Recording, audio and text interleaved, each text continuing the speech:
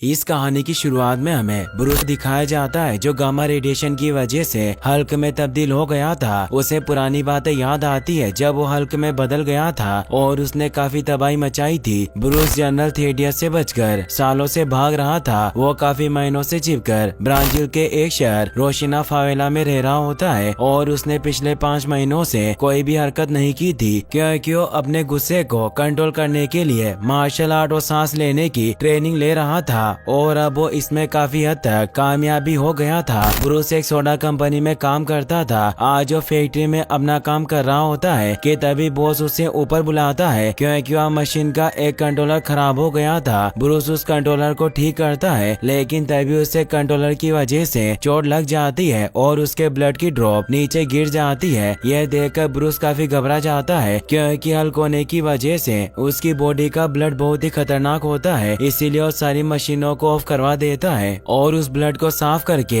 अपने गांव पर गम लगा लेता है ताकि उसका ब्लड और कहीं न लगे। फिर मशीन को वापस से ऑन कर दिया जाता है और ब्रूस अपना काम करने लग जाता है। तभी लंच के दौरान एक वर्कर अडलिना नाम की लड़की को परेशान करने लगता है। ब्रूस उसकी मदद करने जाता है और उसे कहता है कि क्या तुम मेरे साथ लंच करने चलोगी। वह आदमी से गुस्सा होता है और उस पर हमला करने की कोशिश करता है। बॉस ये देख लेता है और उस पर चिल्लाता है जिससे वो आदमी उस पर हमला नहीं करता और ब्रूस अडलिना को लेकर वहाँ से चला जाता है। लेकिन तभी हमें दिखाया जाता है कि ब्रूस की ब्लड की एक ड्रॉप एक बोतल में गिर गई थी और फिर वो ब्लड सोडे में पूरी तरीके से घुल जाता है और उसे पैक करके यूएसए भेज दिया जाता है। ब्रूस काम खत्म करके जब अपने घर लौट रहा होता है तब वो एक आदमी से मिलता है क्योंकि उसने उससे एक खास तरह का फूल मंगवाया था। ब्रूस वो फूल देखकर बहुत खुश होता है और वो उसे थैंक्स कहकर घर आ जाता है। वो अपना लैपटॉप निकालता है और एक मिस्टर ब्लू नाम के शख्स से बात करता है जो उसे बताता है कि तुम्हें उस फूल की और बड़ी खुराक लेनी होगी जिससे हो सकता है कि तुम में से हल्क वाली पावर चली जाए। फिर ब्रूस उस फूल के छोटे छोटे टुकड़े करता है और उससे एक सीरम बना लेता है। फिर वो अपने ब्लड का एक सैंपल लेकर उस सीरम से मिक्स कर देता है और उसे माइक्रोस्कोप से देखता है लेकिन वो सीरम ठीक से असर नहीं कर पाती और इस बार भी वो फेल हो जाता है। फिर वो इसके बारे में मिस्टर ब्लू को चेट करता है तो मिस्टर ब्लू से अपने ब्लड का एक सैंपल भेजने को कहते हैं। ब्रूस अपने ब्लड का एक सैंपल लेता है और उसे मिस्टर ब्लू को पार्सल कर देता है। वहीं फिर हमें एक आदमी को दिखाया जाता है जो सोडे की ड्रिंक पी लेता है जिसमें ब्रूस का ब्लड था और उस पर गामा का बहुत बुरा असर होता है। इस बात का पता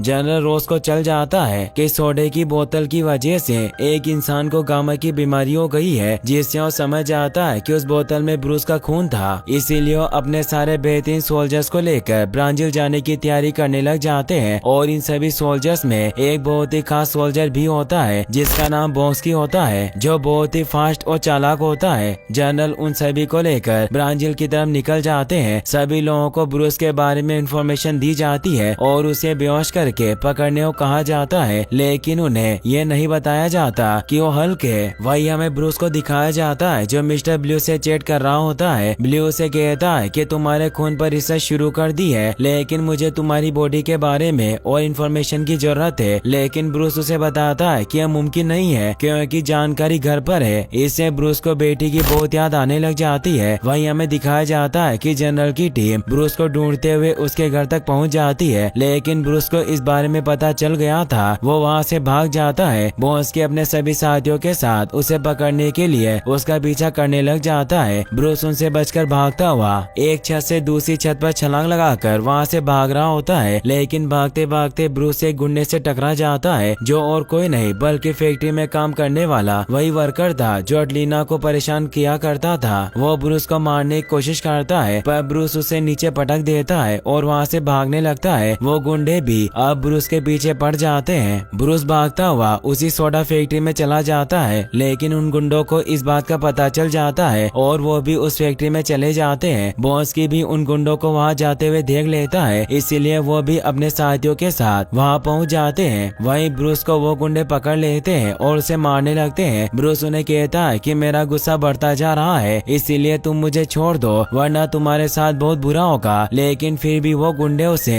पकड़कर दूर फेंकते हैं और जैसे ब्रूस की हार्ट बीट 200 पर पहुँचती है तो ब्रूस हल्क में चेंज हो जाता है। फिर हल्क उस गुंडे को पकड़कर दूर फेंकता है। ये देखकर बचे हुए 2 गुंडे भागने लगते हैं, लेकिन हल्क एक एक को पकड़कर उन्हें मार देता है। सारे कमांडो को समझ नहीं आता कि वो बड़ी सी चीज क्या है, तो जनरल उन्हें कमांड देते हैं कि वही तुम्हारा निशाना है, इसीलिए सब बेहोशी के डोट उसे लगाकर पकड़ लो। सभी कमांडो हल्क पर फायरिंग कर देते हैं, लेकिन हल्क की बॉडी इतनी पावरफुल होती है कि उसे एक भी डोट नहीं लगता। हल्क गुस्सा होकर एक एक करके सभी कमांडो को मारने लग जाता है। अब सभी कमांडो को कोई दूसरा तरीका नजर नहीं आता, इसीलिए हल्क पर गोलियां और बम से हमला करते हैं, लेकिन हल्क को कुछ नहीं होता और वो बड़े से कंटेनर से उन पर हमला करता है, जिससे सारे कमांडो मर जाते हैं। और अब से बॉस्की जिंदा बचता है जो हल्क पर फायरिंग करता है। यह देख हल्क एक ट्रक उठाकर उसके ऊपर फेंकता है, जिससे वहाँ बहुत बड़ा ब्लास्ट होता है, लेकिन बॉस्की किसी तरह वहाँ अपने आप को बचा लेता है और फिर हल्क वहाँ से भागकर चला जाता है। वहीं बॉस्की वापस आकर जनरल को ब्रूस का बैग देता है, जिसमें लैपटॉप के साथ साथ बेटी की तस्वीर भी होती है। बॉस्की जनरल को कहता है कि हो सकता है कि यह लड़की ब्रूस की साथी हो, तो जनरल उसे कहता है कि वो अब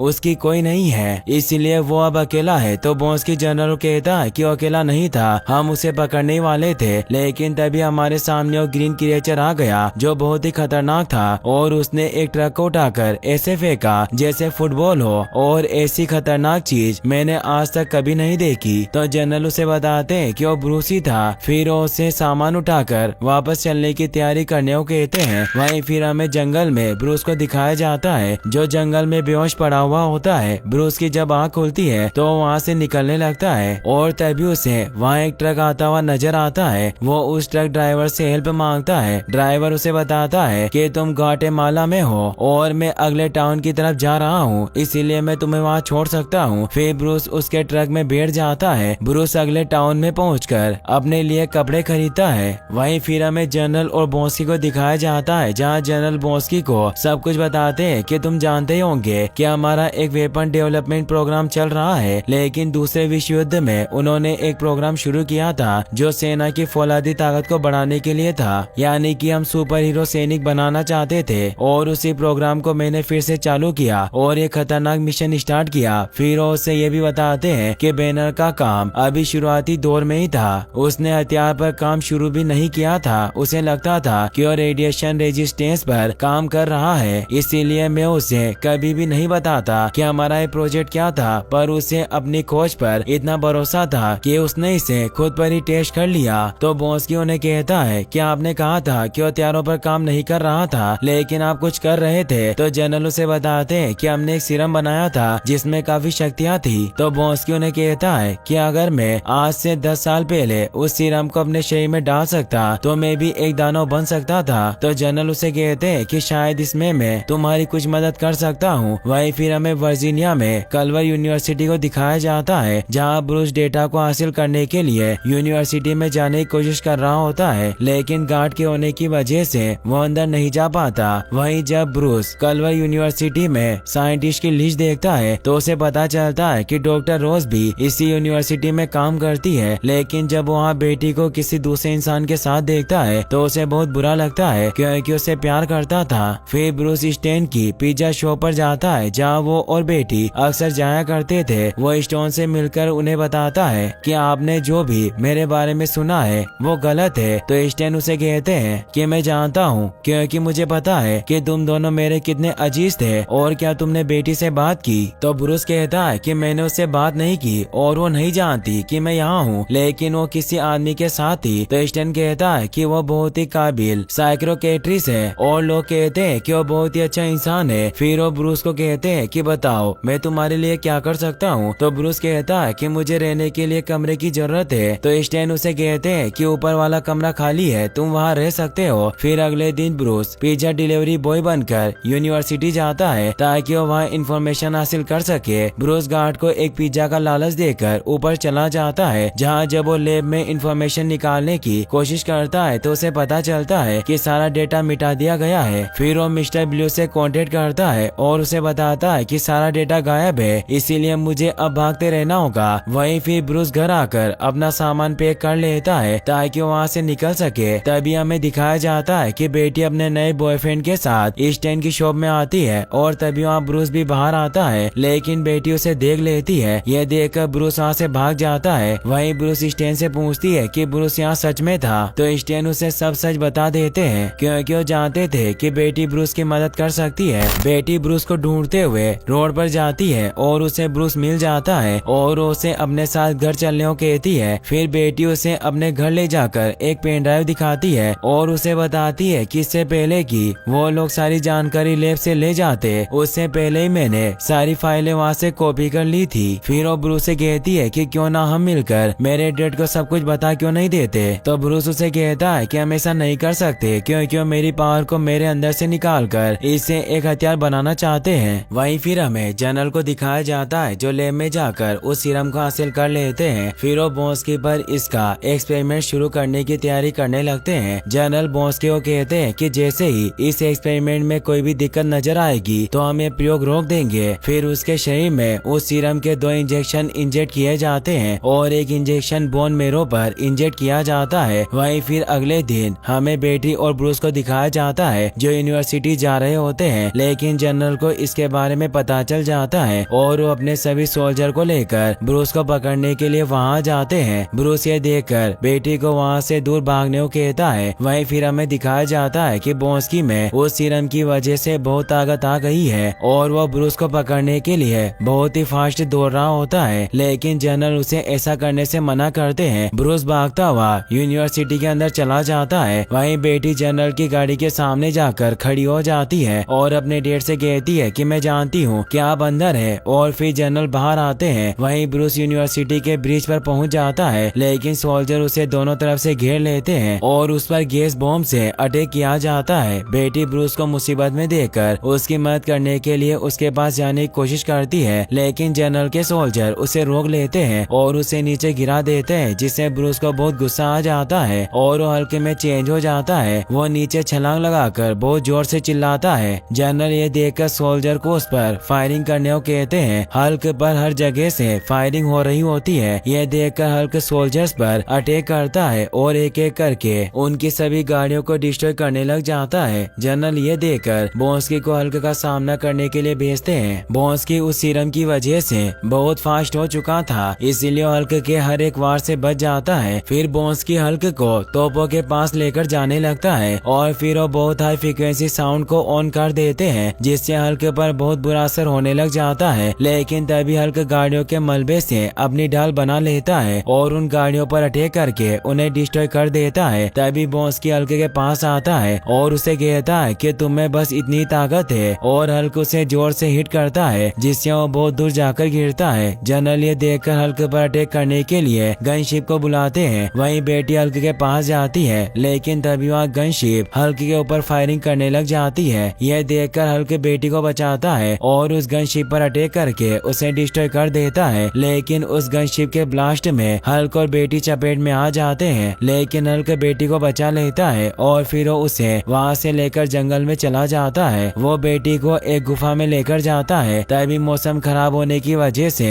वहाँ बिजलियाँ कड़कने लग जाती है, जिससे हल्क बहुत डर जाता है और आसमान पर अटैक करता है। तो बेटी हल्क को शांत करती है और उसे समझाती है कि यहाँ पर कोई नहीं है। फिर वो दोनों वहीं गुफा में बैठ जाते हैं। वहीं फिर हमें बॉन्स्की को दिखाया जाता है जिसे अब हॉस्पिटल में भर्ती किया हुआ था और उसकी हालत बहुत खराब थी। जनरल उससे मिलने जाते हैं। डॉक्टर उन्हें बताते हैं कि इसकी सारी हड्डियां टूट चुकी है, लेकिन उसका दिल बिल्कुल मशीन जैसा है जो रेस के घोड़ों की तरह बहुत फास्ट रन कर रहा है। वहीं फिर हमें दिखाया जाता है कि अगली सुबह जब बेटी की आँख खुलती है तो वो देखती है कि ब्रूस नॉर्मल हो गया है और फिर वो पास ही के एक टाउन में एक रूम ले लेते हैं। वहीं बॉन्स्की अब पूरी तरीके से ठीक हो जाता है और वो जनरल से कहता है कि अब मैं ब्रूस से अपना बदला लेकर रहूंगा। वहीं ब्रूस और बेटी मिस्टर ब्लू से मिलने जाने का डिसाइड करते हैं, लेकिन ब्रूस बेटी को कहता है कि हम अपने सामान में से कुछ ही चीजें इस्तेमाल कर सकते हैं, लेकिन हम क्रेडिट कार्ड, ID कार्ड और फोन कार्ड इस्तेमाल नहीं कर सकते। वहीं हमें जनरल की टीम को दिखाया जाता है जो डॉक्टर रेस के डेबिट कार्ड और इंटरनेट अकाउंट पर नजर रखे हुए होते हैं, लेकिन जनरल उन्हें बताता है कि वो इतनी आसानी से सामने नहीं आएगा क्योंकि वो पिछले 5 सालों से घूमता रहा और पकड़ा नहीं गया, इसीलिए वो कोई सुराग नहीं छोड़ेगा। लेकिन अगर उसे पकड़े जाने का डर होता तो यहाँ से कब का भाग गया होता, इसीलिए वो इस बार भाग नहीं रहा बल्कि उसे मदद की तलाश है। इसीलिए वो मिस्टर ग्रीन और मिस्टर ब्लू के अकाउंट पर नजर रखे हुए होते हैं। वहीं ब्रूस जब मिस्टर ब्लू को पेन ड्राइव की फाइल सेंड कर करता है तो इसके बारे में जनरल की टीम को पता चल जाता है कि ब्रूस न्यूयॉर्क में मिस्टर ब्लू से मिलने जा रहा है। वहीं ब्रूस और बेटी न्यूयॉर्क की तरफ निकल पड़ते हैं। वो एक कार से जा रहे होते हैं लेकिन रास्ते में पुलिस चेकिंग कर रही होती है, इसीलिए वो कार वहीं छोड़कर बोर्ड से निकल जाते हैं। वहीं फिर वो यूनिवर्सिटी जाकर डॉक्टर स्टन से मिलते हैं क्योंकि डॉक्टर स्टन ही मिस्टर ब्लू होते हैं। स्टन मिस्टर ग्रीन से मिलकर बहुत खुश होते हैं। फिर वो ब्रूस से कहते हैं कि अगर हम ये एक्सपेरिमेंट शुरू कर दे और सब कुछ सही भी हो जाए तो क्या ये सही इलाज होगा,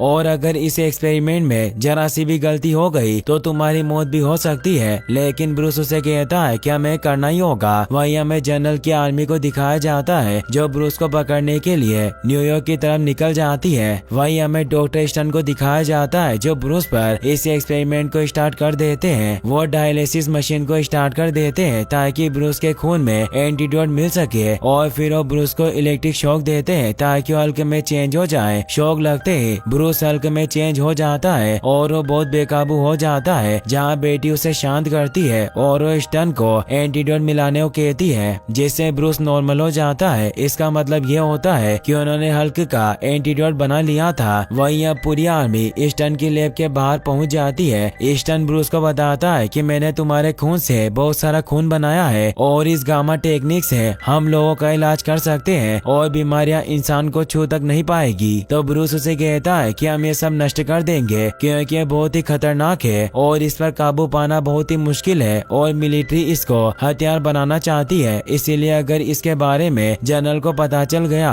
तो बहुत बुरा हो सकता है। तभी वहाँ ब्रूस पर बेहोशी का इंजेक्शन लगा दिया जाता है। तभी वहाँ बॉस की भी आ जाता है और उसे बहुत गुस्सा आता है और वो कहता है कि हल्क कहाँ है। फिर उसे बेहोश कर देता है। फिर जनरल उसे अपने साथ लेकर जाता है। वहीं एक लेडी ऑफिसर स्टन से पूछताछ कर रही होती है। वो उसे कहती है कि तुम हल्क जैसे और भी बना सकते हो, लेकिन स्टन उसे कहता है कि वो एक हादसा था, हमें इसे और बेहतर करना होगा। तभी बॉस की वहाँ आकर उसे मार देता है और स्टन को धमकाता है कि तुम्हें मुझे भी हल्क जैसा बनाना होगा। तो स्टन उसे कहता है कि मुझे लगता है कि तुम्हारे अंदर पहले से कुछ है, इसीलिए तुम पर इसका बुरा असर हो सकता है। लेकिन बॉस की गर्दन पकड़कर उसे हवा में उठा देता है जिससे स्टन को उसकी बात माननी पड़ती है और वो बॉन्स्की के अंदर ब्रूस का खून मिला देता है जिससे बॉन्स्की एक बहुत ही खतरनाक क्रिएचर बन जाता है क्योंकि उसमें पहले से बहुत सारे सीरम को डाला हुआ था। बॉन्स्की बाहर आकर हर जगह तबाही मचाने लग जाता है। सारे कमांडो जनरल को कांटेक्ट करके बताते हैं कि एक अजीब सा क्रिएचर सिटी में आ गया है और हर जगह तबाही मचा रहा है। तो जनरल बहुत परेशान होते हैं क्योंकि ब्रूस तो वहीं होता है। ये सुनकर जनरल हेलीकॉप्टर को वापस ले जाने को कहते हैं और फिर जनरल वीडियो कॉल से नीचे का सारा नजारा देखते हैं। तो जनरल देखते ही समझ जाते हैं कि वो बॉन्स्की है। ब्रूस उन्हें कहता है कि ये सब आपकी वजह से हो रहा है। वहीं सिटी में बॉन्स्की हर जगह तबाही मचा रहा होता है और सभी लोगों को मार रहा होता है। ये देखकर जनरल को अपनी गलती का एहसास हो जाता है, लेकिन ब्रूस उन्हें कहता है कि अब मुझे उसे रोकना होगा। फिर वो हेलीकॉप्टर का पीछे का दरवाजा खुलवाता है, लेकिन बेटी उसे नीचे जाने से मना करती है और उसे कहती है कि अगर तुम हल्क में चेंज नहीं हुए तो क्या होगा। तो ब्रूस उसे बताता है कि मुझे कोशिश तो करनी होगी और फिर वो नीचे कूद जाता है और वो जमीन से टकराकर अंदर चला जाता है और बेटी को लगता है कि वो मर गया है, लेकिन तभी पता चलता है कि ब्रूस हल्क में चेंज हो गया था और फिर वो बाहर आ जाता है। वो बॉन्स्की को ललकारता है। उन दोनों में फाइट स्टार्ट होती है, लेकिन बॉन्स्की बहुत ताकतवर होता है इसीलिए हल्क को बहुत मारता है और उसे दूर फेंकता है। ये देखकर जनरल कमांडो को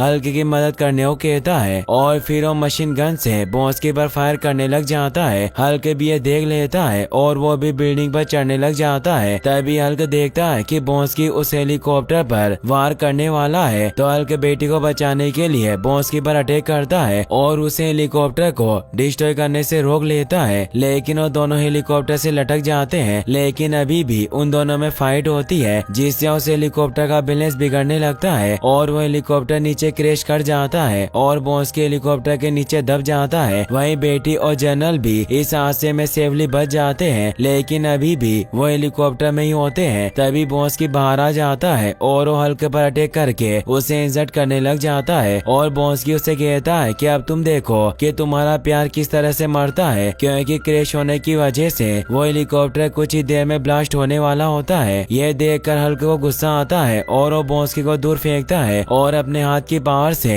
हेलीकॉप्टर में लगी आग को बुझा देता है, लेकिन तभी बॉस की उस पर पीछे से हमला कर देता है, जिससे हल्क दूर जाकर गिरता है। बॉस की बेटी और जनरल पर वार करके उन्हें मारने लगता है। यह देखकर हल्क जोर से अपने हाथ को जमीन पर मारता है, जिससे बॉस के नीचे की जमीन टूट जाती है और वो नीचे गिर जाता है। हल्क चेन से बॉस का गला पकड़ लेता है और उसे इंजर्ड कर देता है। हल्क उसे बहुत मारता है, जिससे बॉस की हालत काफी खराब हो जाती है और वहीं बेहोश हो जाता है। और फिर हल्क उसकी चेस्ट पर पांव रखकर बहुत जोर से चिल्लाता है और अब जनरल भी समझ जाता है कि वो ब्रूस को लेकर कितना गलत था और वो अपने सोल्जर को ब्रूस पर अटैक करने से रोक लेता है। लेकिन तभी वहाँ पुलिस हल्क को पकड़ने के लिए आ जाती है और हल्क बेटी को अलविदा कहकर वहाँ से भाग जाता है। बेटी ब्रूस को बहुत मिस कर रही होती है। वहीं हमें ब्रूस को दिखाया जाता है जो ब्रिटिश कोलंबिया में सबसे चिपकर रह रहा होता है और अब वो ये सीखने की कोशिश कर रहा होता है कि अपनी हल्क पावर को कैसे कंट्रोल किया जाए। वहीं हम एक बार में जनरल को देखते हैं, जिससे आयरन मैन यानी टोनी स्टार्क मिलने आता है और कहता है कि सुपर सोल्जर प्रोग्राम को रद्द कर दिया है और मेरा हमेशा से मानना है कि हथियार ज्यादा भरोसेमंद होते हैं। फिर वो जनरल को कहता है कि अगर हम खुद ही एक टीम बनाए तो कैसा रहेगा, और यहीं पर ये मूवी एंड हो जाती है। गाइस, अगर आप हल्क की फर्स्ट मूवी की एक्सप्लेनेशन भी देखना चाहते हैं तो मुझे कमेंट में जरूर बताना। साथ ही इस वीडियो को लाइक और चैनल को सब्सक्राइब करने के लिए आपका तहे दिल से शुक्रिया। मिलते हैं नेक्स्ट वीडियो में। Thanks for watching.